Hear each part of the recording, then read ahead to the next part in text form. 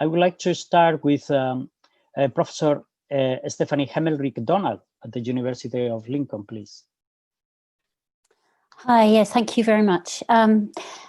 So in answering this question, I did something for all of you that I really don't like doing, and that was looking at the British popular press to see what the dominant narratives actually were, as opposed to the ones that that I could see in perhaps more left-wing newspapers. So I looked at three different aspects. One was China and British Chinese, who have been British Chinese resident citizens, and also people who are of Chinese background and only sojourning in the UK. I looked at other settled citizens and residents in Britain who are described as migrants, and I looked at crisis incomers, i.e. the people who are trying to cross the English Channel from Calais and Dunkirk mainly to the British coast.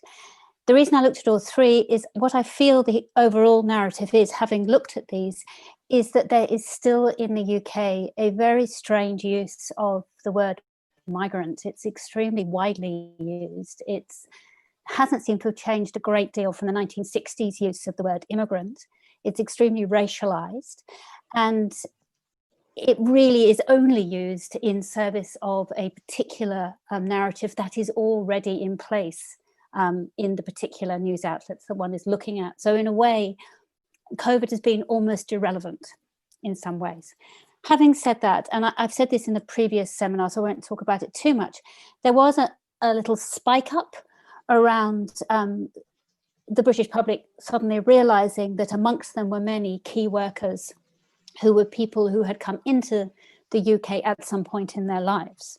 But again, I say there are many people who have come into the UK at some point in their lives, but because it's a racialized narrative, it's usually brown people that they mean when they say the word migrants. And there is really no getting away from that. But there was an interesting and perhaps productive conversation around key workers and the vulnerability of key workers, particularly doctors, nurses, people working in hospitals, care workers and so on. And the fact that many of those were people who were not long-term settled. Some of them were long-term settled in Britain, some had been born in Britain, but some had arrived perhaps more recently. So that was perhaps one reasonably positive narrative, but it fed back into the ongoing colonial narrative of what a migrant might be and might look like. Around China and British Chinese, there was, again, very little coverage overall, but where there was coverage, it tended to be about the way in which certain groups in British society reacted with fear against the idea of China. So there was an utter conflation in the way in which people were behaving, not necessarily in the way it was reported, but then it wasn't reported in any depth. So yes, also in the way it was reported around things like Huawei and sort of imagined strange rays coming out of telephone towers and killing people with COVID. And resulting in a complete elision, if you like, of what a British Chinese person might be, i.e. a British person. So the fact of China as the PRC, the state of China, and under the under the leadership of the CCP, that was all that China really meant. So that narrative was going along as well, but it wasn't particularly consistent, and it didn't really show up very much. I looked in the Daily Mail, the Daily Express and the Daily Mirror, none of which are papers I really enjoy. But what I found there was a particular narrative around arrivals in Dover. They did it in different ways. So they were all looking at migrants in terms of crisis migrants, so people who are moving across the Channel. Whereas The Guardian actually also reported a kind of, if you like, a spike in arrivals. They did so around a discussion with charity workers, pointing out that the camps have become more dangerous because of Corona, and that there were fewer volunteers, there were fewer services, and there was no hope at social distancing and so forth, very difficult for people to keep clean, keep washing their hands. And so there was some kind of, if you like, humanitarian rationale injected into that conversation. The others, there was none of that. There was, in the Daily Mail, they talked mainly about the increase of numbers, and there were a couple of little mentions of people not being tested. on arrival. So it was all about, these are people bringing in disease. If any of you know what the infection rates have been like in Britain, that, you know, it's quite interesting concept.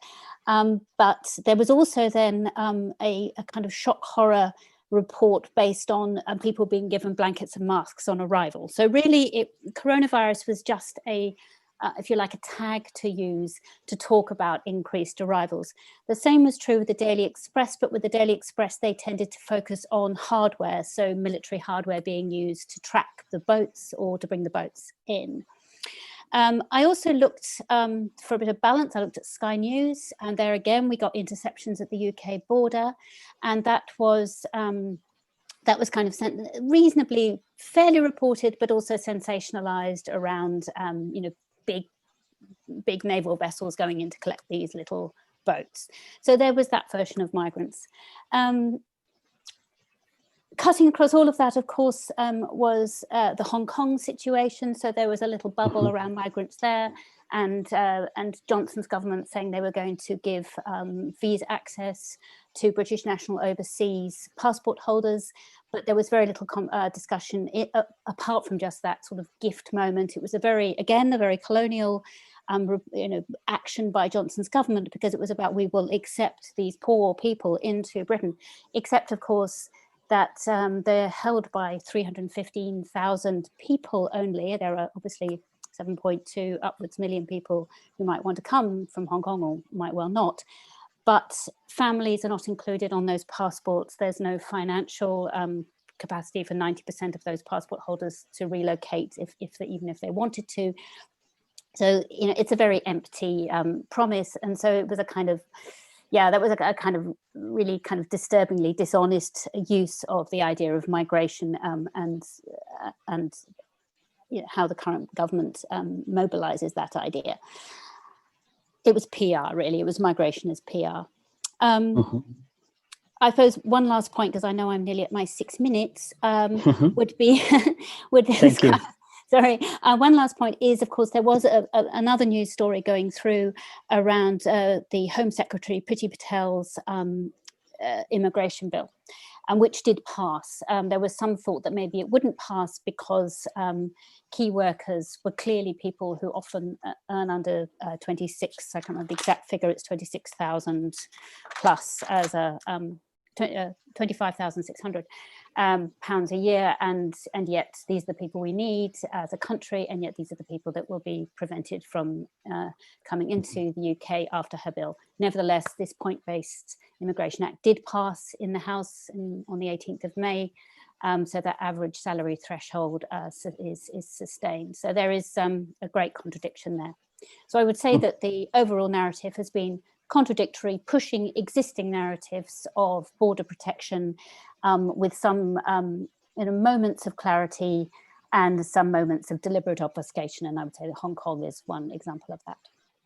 Thank you, Stephany.